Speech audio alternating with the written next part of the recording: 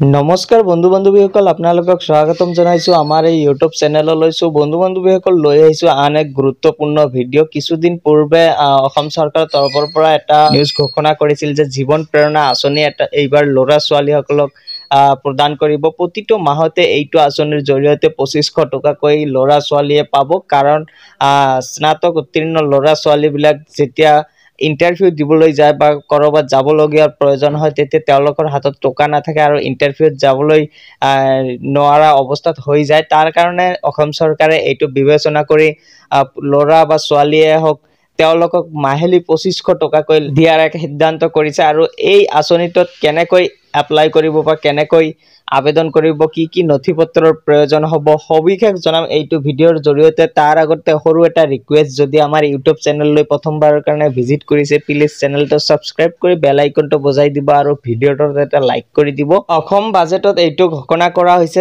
মুখ্যমন্ত্ৰীৰ যিটো জীৱন প্ৰেৰণা আঁচনি, ইয়াৰ নিয়োগ প্ৰত্যাশী স্নাতক উত্তীৰ্ণ যুৱক যুৱতীলৈ অনুপ্ৰেৰণামূলক অনুদান। চৰকাৰী বিশ্ববিদ্যালয় বা মহাবিদ্যালয়ৰ পৰা উত্তীৰ্ণ স্নাতকলৈ মাহিলী 2500 টকাকৈ দিয়াৰ সিদ্ধান্ত কৰিছে অসম চৰকাৰে। আৰু এই আঁচনিটো ল'বলৈ হ'লে আপোনাৰ যোগ্যতা কি কি থাকিব লাগিব বা চৰ্ত কি মানিব লাগিব ইয়াতে উল্লেখ কৰি দিয়া হৈছে। অসমৰ স্থায়ী বাসিন্দা হ'ব লাগিব। তাৰপিছত মুখ্যমন্ত্ৰী নিযুত মইনা আঁচনিৰ সুবিধা লাভ নকৰা শিক্ষাৰ্থী, অৰ্থাৎ মুখ্যমন্ত্ৰী নিযুত মইনা যিটো আঁচনি আছে সেইটোত যদি আপুনি টকা পায় বা এইটোত আবেদন কৰিছিল তেনেহ'লে আপুনি জীৱন প্ৰেৰণা আঁচনি যিটো আছে সেইটো আপুনি লাভ নকৰিব। ইয়াতে স্পষ্টভাৱে উল্লেখ আছে। তাৰপিছতে কোৱা হৈছে এককালীন অনুদান, অৰ্থাৎ জিলা আয়ুক্তৰ পৰামৰ্শ অনুসৰি মাহিলী 2500 টকাৰ পৰিৱৰ্তে 25,000 টকা আপুনি ল'ব পাৰিব। অৰ্থাৎ আপুনি যদি বিচাৰে প্ৰতিটো মাহৰ শেষত আপুনি টকা নলয়, এককালীনভাৱে ল'ব 25,000 টকা এনেকৈ আপোনাক দিয়া হ'ব। তাৰপিছতে কোৱা হৈছে কেন্দ্ৰীয় আৰু ৰাজ্য চৰকাৰৰ বিশ্ববিদ্যালয়ৰ গৱেষক শিক্ষাৰ্থীৰ বাবে লিংগ নিৰ্বিশেষে 25,000কৈ টকা, অৰ্থাৎ ল'ৰা বা ছোৱালীৰ ক্ষেত্ৰতে এইটো 25,000কৈ টকা যিটো এককালীন সেইটো পাব। তাৰপিছতে দিব্যাংগ গৱেষক শিক্ষাৰ্থীৰ বাবে 50,000 টকা, অৰ্থাৎ যিসকল বিকলাংগ শিক্ষাৰ্থী আছে বা ল'ৰা ছোৱালী আছে তেওঁলোকক এককালীন 50,000 টকা পৰ্যন্ত দিব। নিৰ্ধাৰিত বাজেট কৰা হৈছে 25 কোটি টকাৰ। আৰু এতিয়া মূল কথাটো হ'ল যে এই আঁচনিত কেনেকৈ আপুনি এপ্লাই কৰিব বা কেনেকৈ আবেদন কৰিব। তাৰ কাৰণে আপুনি আপোনাৰ মোবাইল ফোনত যিকোনো এটা ব্ৰাউজাৰ অপেন কৰি ল'ব। মই গুগল ব্ৰাউজাৰটো অপেন কৰি লৈছোঁ। অপেন কৰাৰ পিছতে চাৰ্চ বাৰ চাৰ্চ কৰি দিব cma.assam.gov.in।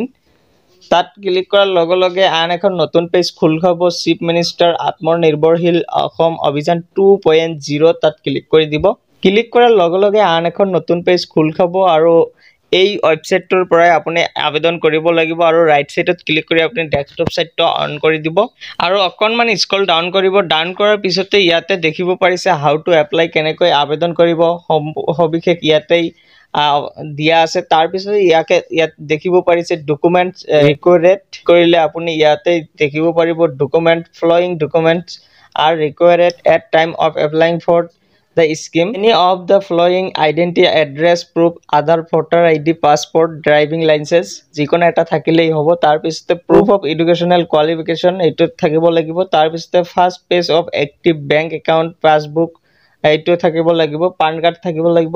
Employment exchange registration card থাকিব লাগিব। এইকেইখন ডকুমেণ্ট থাকিলে আপুনি ইয়াৰ কাৰণে এপ্লাই কৰিব পাৰিব। আৰু এতিয়ালৈকে কোনো ধৰণৰ অনলাইনৰ নটিফিকেশ্যন অহা নাই বা অনলাইন লিংক এক্টিভ হোৱা নাই।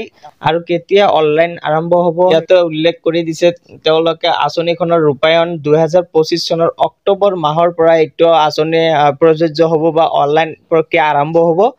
আপোনালোকে চেনেলটো ছাবস্ক্ৰাইব কৰি ৰাখিব। যেতিয়াই অনলাইন প্ৰক্ৰিয়া আৰম্ভ হয় মই অতি সোনকালে ভিডিঅ' এটা বনাই দিম কেনেকৈ আবেদন কৰিব লাগে।